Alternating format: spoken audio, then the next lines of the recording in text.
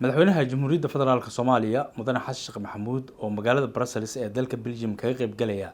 shirka midowga Yurub iyo dalalka soo koraya ayaa khudbad uu jeediyay kaga hadlay hindisaha dowladda federaalka Soomaaliya ee ku aadan in deeqaha bini'aadanimo iyo gargaarka degdega ah ee midowga Yurub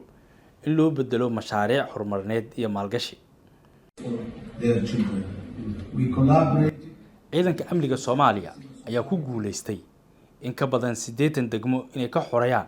argagixisada Al-Shabaab magaala xeebeedyada saddex xar dheere. Waxaan dib u soo celinay waxbarashadii tooska ahayd muddo 10 sano ah kadib annagoo dib u habeyn ku sameynay dugsiyada iyo macallimiinta.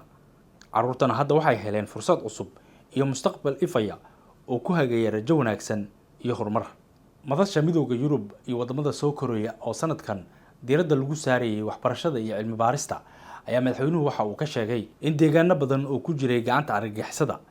dadkooduna ay waxbarasho la'aan ahaayeen haatan laga hirgeliyay dugsiyo si bilaash ah wax loogu baro ubadka Soomaaliyeed ee argagixisadu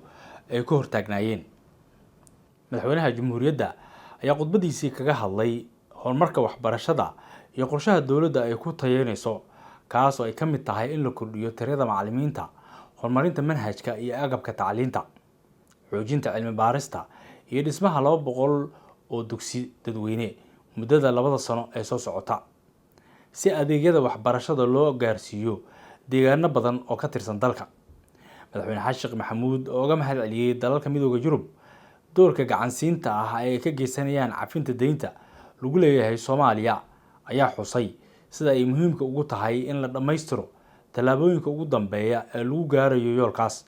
Wuxuuna sheegay intaasi ay u suuragelinayso dowladda federaalka Soomaaliya helidda maalgashiyo caalami ah oo daboola baahiyaha horumarineed ee shacabka Soomaaliyeed.